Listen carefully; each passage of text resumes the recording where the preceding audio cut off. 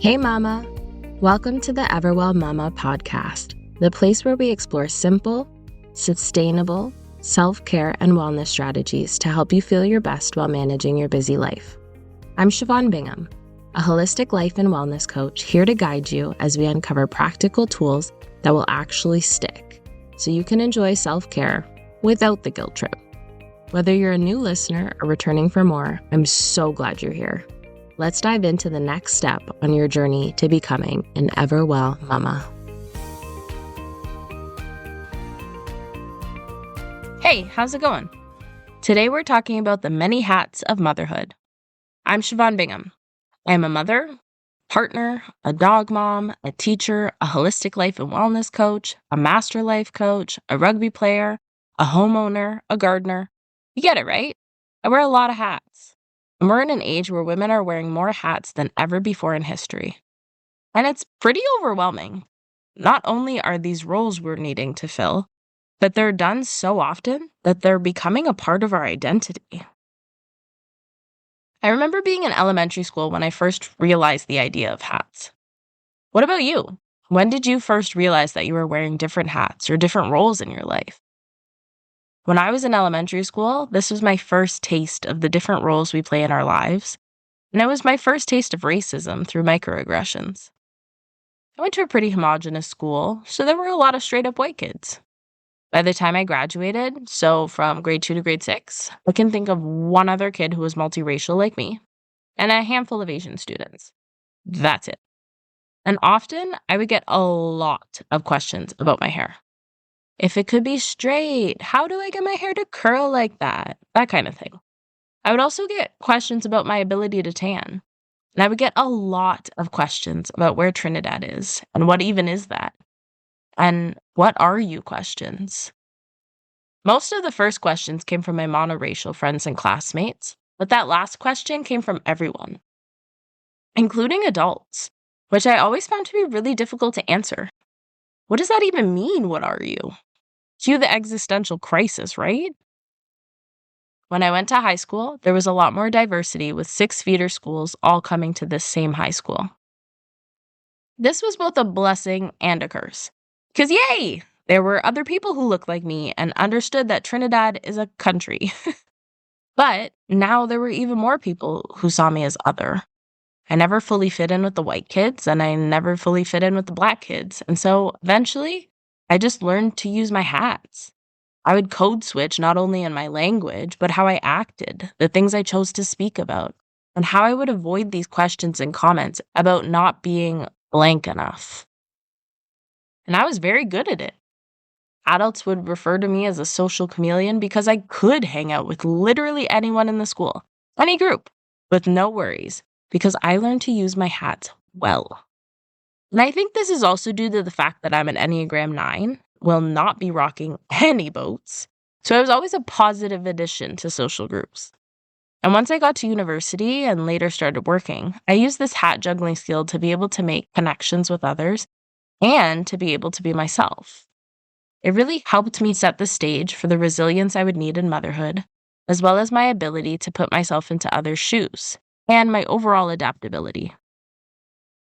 Although it did take me a while to understand that blending in with the crowd wasn't really being my true self. But that's a topic for another episode. My multiculturalism helped me to learn how to switch between many hats, but it definitely didn't help me with understanding how to wear more than one at once. My first teaching job gave me a taste of this through working in a small community where everyone knows everything about everyone. I had to be the professional teacher, even when I wasn't at school. And this, in part, is a big thing for all teachers, at least here in Canada. From the moment we hit teachers' college, we're warned of the dangers of ever letting this hat slip off, in case we end up in the dastardly blue pages. And for anyone who's not a teacher in Ontario, Canada, these are the back pages of the teacher's magazine that are literally blue and spill all your business to anyone who wants to see it, to publicly shame teachers who have not followed the rules, and scare everyone else into following them. I think this idea of juggling more than one hat applies to a lot of professions, with or without blue pages, and for women across professions, across our society in general. There are more and more expectations and hats put onto us every day. There's this cultural expectation now that women are everything to everyone, and that's just not sustainable. I was reading an article not too long ago that was talking about an unseen responsibility that scientists are studying that women do. Now they have scientific evidence that we are also the family keepers. So pretty much that means that we take on the responsibility of keeping in touch with family, and science is keeping up with that now. So when we're in relationships, and especially when we have children, we're the ones that are making sure that calls are made to keep in touch, that cards and presents go to who they need to and when. And we do this not only for our own side of the family, but for our partner's side as well. And this is just further proof of the weight of the mental load, which we're going to dive deeper into on the next episode. I found the weight to be incredibly overwhelming when I first became a mom because I didn't have the resources or tools to take care of myself.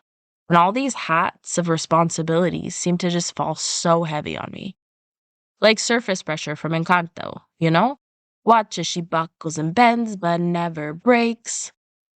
But I was definitely feeling a little broken. And while I love being a mom, I found it so hard to have so many hats on at the same time. I couldn't take off one to change it for another anymore. Like before kids, I could have my teacher hat on, and when I got home, I could take it off.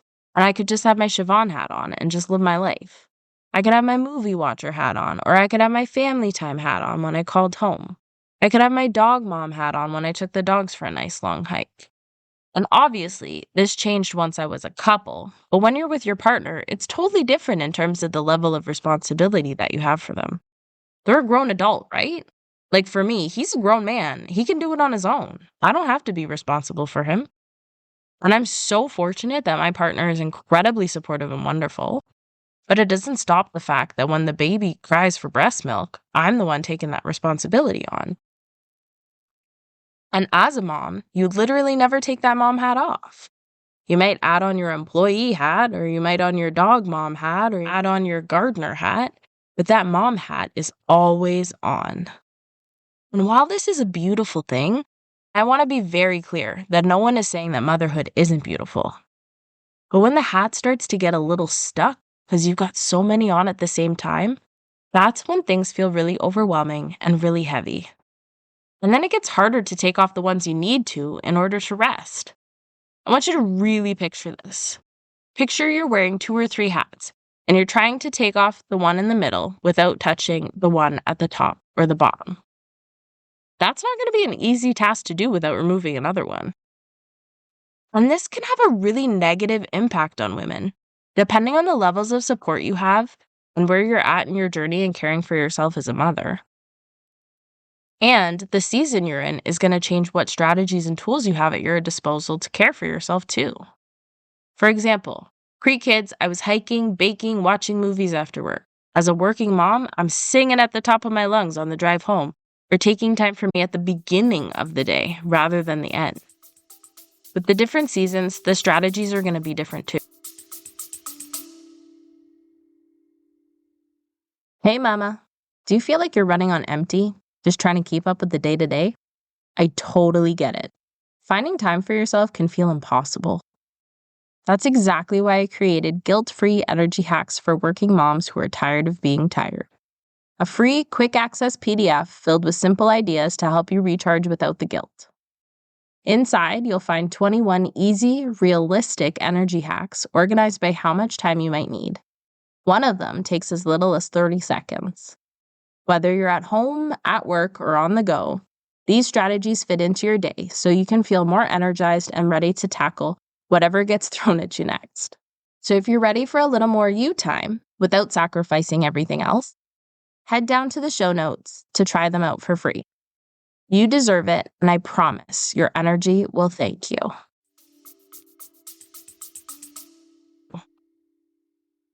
Next, I'm going to walk you through just a few examples of where the effect of many hats at once could really be impacting your life. So first, you are at a much greater risk of burnout, and not just at work. If you're constantly on the go, constantly working, and not getting enough rest time, you're going to lose your energy and you're going to burn out. Work-life balance is a totally new thing once you're a mom, because you don't get to just come home and veg out on the couch anymore if you're feeling tired. You've got little ones that are running around and have a lot of energy and need to be fed a million snacks before bedtime, and bath time routines, and reading, and homework, and all of the different things that need to be done. Then let's get into self-care. This is so often one of the first things that drops off when you become a mom, because it's so easy to do. You've seen the relatable videos of kids dressed up super cute, and then it cuts to the mom looking all raggedy. It's so easy to let our own care of ourselves and even our hygiene sometimes take the back burner. But one of the biggest challenges I tackle in my coaching program is getting more energy for your day through self-care. You can't have one without the other. And time management is a big one. I remember before kids, I was always praised for my time management and organizational skills. Well, now I laugh because I'm lucky if I get somewhere on time, even with planning to get there early. And this is so important because it can be easy to get into a funk, and especially with doom scrolling at night when you finally get a moment to yourself. Sometimes that can be helpful, but oftentimes it's likely just taking time away from an activity that would actually refresh you. Now, sleep. Putting all the issues of sleep that have to do with children aside, have you ever laid in bed with your mind just spinning with all the things on your to-do list? That, my friend, is the effect of too many hats. And if you're rushing around and busy, it's likely your nutrition has taken a back seat too.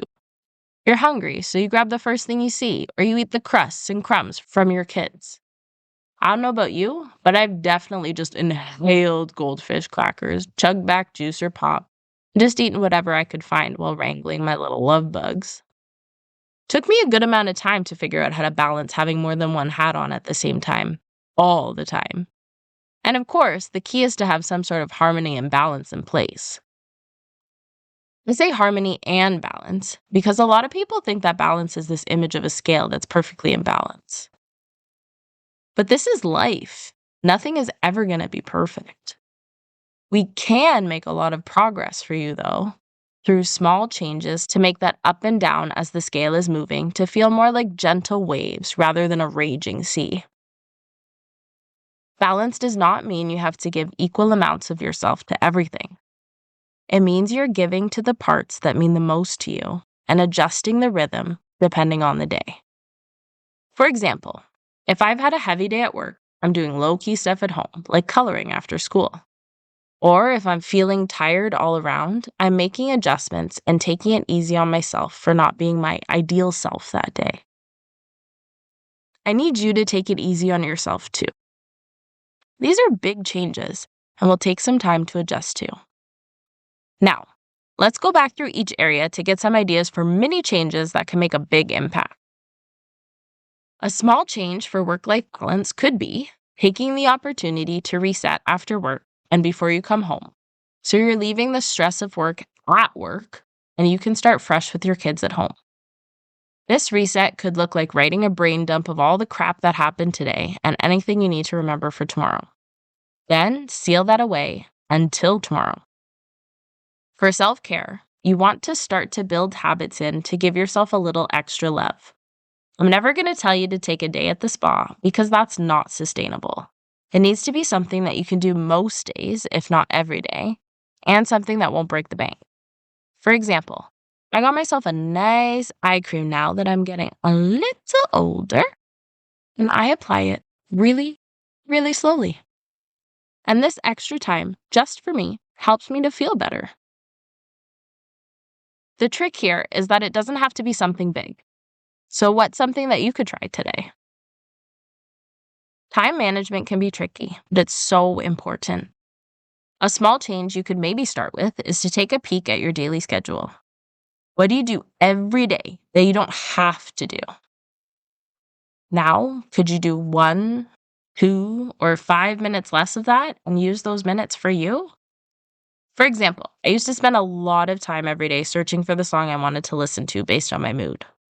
I made a small change by creating playlists based on mood. Now I can quickly throw them on and do what I actually need to do to feel better, like singing and dancing. The trick is to be flexible with your timing and your expectations of yourself every day. You want to think about sleep in two ways: falling asleep and getting back to sleep. As I'm sure you know from having to rock or nurse or otherwise assist a baby and falling back asleep, everybody wakes up throughout the night. If you're having trouble falling asleep, maybe because of racing thoughts, maybe you want to write down the thoughts before you go to bed so you don't have to think about them anymore. If it's getting back to sleep, maybe you want to do a bit of light reading in a book rather than scrolling through Amazon. For nutrition, maybe a small change could be cutting up a few extra veggies at dinner time for a daytime snack the next day. Or when you're packing lunch for the kids, pack healthy options for you too. Please remember, though, that it's completely normal to feel overworked at times. The ups and downs in motherhood can feel so isolating when you think you're all alone on your own tiny island. Try to be kind to yourself as you navigate your days filled with so many hats. It's okay, and sometimes necessary, to take some off for a day. Loan one to a support person like your partner or friends or family. Or just let that hat sit a little crooked that day. And please remember, I want this to be a place for you. Do you have any questions about making changes in your own life or anything else? I'd love to make an episode just for you. Head over to Instagram and send me a DM at Everwell Coaching. On the next episode, you'll hear from a special guest all about their experiences and about the mental load. So until then, bye-bye! Thank you so much for tuning in today. You can find the transcript and all the resources mentioned in the show notes below. If this episode was helpful, I would really appreciate you leaving a 5-star rating and review so I can keep making it. Also, I want to make sure this podcast actually answers your wellness questions. If you've got a specific question about how to implement more wellness into your already filled day, send me a DM on Instagram at Everwell Coaching so I can share resources or create a future episode just for you. Stay tuned for our next episode, and until then, remember to take a moment each day to do something that fills your cup, Mama.